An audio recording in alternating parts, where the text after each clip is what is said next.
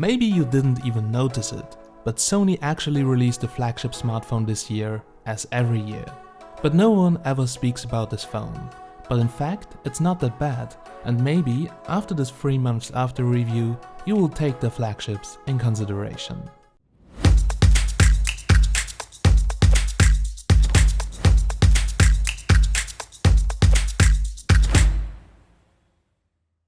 So years have passed for Sony, and the Japanese manufacturer is no longer the big smartphone manufacturer that dominated the market in the early years of Sony Ericsson smartphones.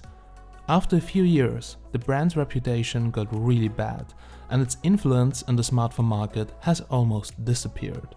But there is a community of loyal fans, as I've seen in my video about the Sony Xperia XZ4. So finally in 2018, Sony seems to have listened to critics and users, at least a little bit. With the Sony Xperia XZ3, they have made a solid smartphone with minor flaws and a high price tag. With a large 6.0-inch curved P OLED display, a Snapdragon 845 with 4GB of RAM, you're not getting the highest specs on the market, but some decent higher-end hardware to work with. For my taste, the XZ3 looks really good. It has a front and back glass sandwich with an aluminum frame, and it's IP65 or IP68 water and dust proofed. I've dropped this device various times and it's pretty stable and well built, but there is a tiny gap between the glass and the aluminum frame that collects a lot of dirt, and I really wish that they will eliminate it on the XZ4. The device itself feels a bit heavy with 193 grams, but feels pretty good when you grab it. It's not as heavily curved on the back as the XZ2, and finally doesn't wobble on the table. At the top of the device there's a microphone and a SIM tray, which you can pull out without the need of an ejection tool. That's something other manufacturers should implement as well. On the right side there are volume buttons on the top, the power button and the camera shutter button on the bottom, which is really convenient. The only thing that's absolutely misplaced is the fingerprint scanner. So every time I put my finger on it, I end up on the camera. I already told Sony about this on the XZ2, but it seems that they have ignored that once again. Anyway, the fingerprint scanner itself feels really fast and unlocks the phone almost every time. Sony is describing the screen with the best display among the world's leading smartphones. This is according to Strategy Analytics, an independent firm that conducted several tests to check the screen. The Xperia XZ3 uses a P OLED screen with 1440 x 2880 pixels. This is the first OLED in a smartphone for Sony. The previous Sony Xperia XZ2 only used an IPS LCD screen that looked good but not perfect. Sony has supposedly used the same X Reality Pro engine from its Bravia line of TVs, and its efforts have paid off. It's not the most brightest screen in the world, but its colors are straight on point. The depth of the blacks here, the balance of realism and vibrancy in YouTube videos specifically is amazing. Even side by side with the Mate 20 Pro, it's still the better choice with 1440p, 60fps in HDR and no notch. Like with the Xperia XZ2 Premium, the headphone jack has been removed, but you do get a USB-C to 3.5mm adapter included in the box. The XZ3 supports LDAC over Bluetooth for better quality. So for me it sounded perfect in my car or with my Sony Bluetooth headphones. So Sony has bundled in its dynamic vibration system, and I actually quite like it. It's definitely gimmicky but also kind of fun. It ramps up the haptic vibration in line with the audio you have playing for some extra sensory feedback. Its stereo speakers are sounding really good and far better than the sound from my Huawei Mate 20 Pro. Sony also tried to be innovative with the curved screen. So Sony makes use of this with Side Sense. It's basically double tap the side of the screen to bring up a menu with shortcuts to apps, settings and notifications. Also it should predict your next move based on learnings from frequency, time and location habits, displaying the apps you want to use next within easy reach. Even though it sounds amazing on the paper, getting it to work proved frustrating. I'm not sure if it can actually handle multiple parts of your hand touching the screen at the same time, which is practically impossible to avoid. Also getting to the notifications from SideSense takes even longer than to swipe down from the top. So some of the features and shortcuts are not really useful.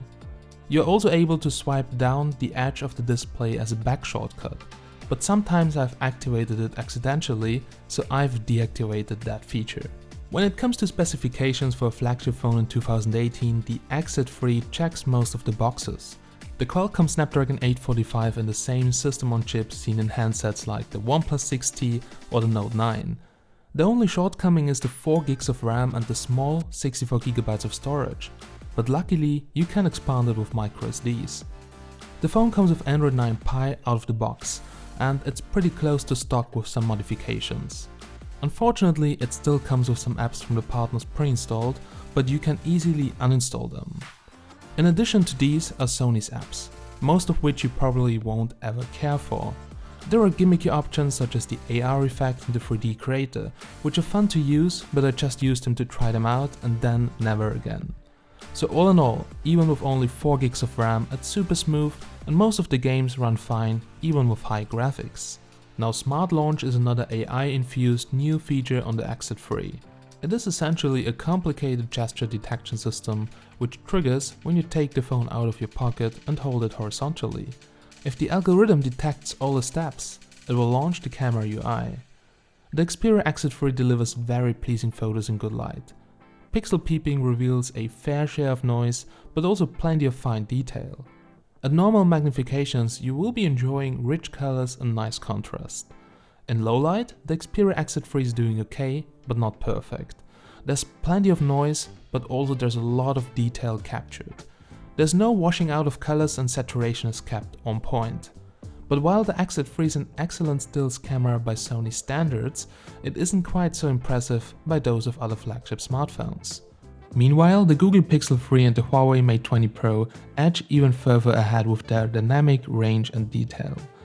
The front-facing camera features a bumped-up 13-megapixel sensor with a wide 23-megapixel equivalent lens and an improved digital stabilization, which means selfies on a Sony phone have never looked that good. There is beauty mode to brighten up your eyes and slim down your face, or you can turn it off for natural-looking photos, as well as bokeh mode for software-based background blurring like the Pixel 3, which works respectably well but not that good. Where Sony pulls things back is when it comes to video. The digital stabilization works well in good light, and the 4K HDR you can capture is simply breathtaking. So Sony is also still the only manufacturer whose phone cameras are able to capture 960 fps Full HD slow motion, with the competition capping out at 720p. It's totally unusable in medium to low light, but it's a nice feature to have when you're outdoors on a sunny day. The battery is disappointing for such an expensive flagship. In my charging test it took almost 3 hours to get the XZ3 from flat to 100%, because in fact Qualcomm's Quick Charge is incompatible with USB power delivery, which is the standard supported by the XZ3, so Sony should really include a compatible charger inside of the box. Also, the battery is not the most durable one.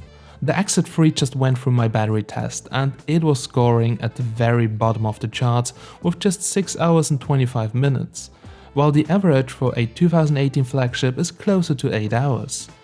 Also in my real-life test I got barely more than 4 hours of screen on time. The reception in 4G was good and calls sounded fine.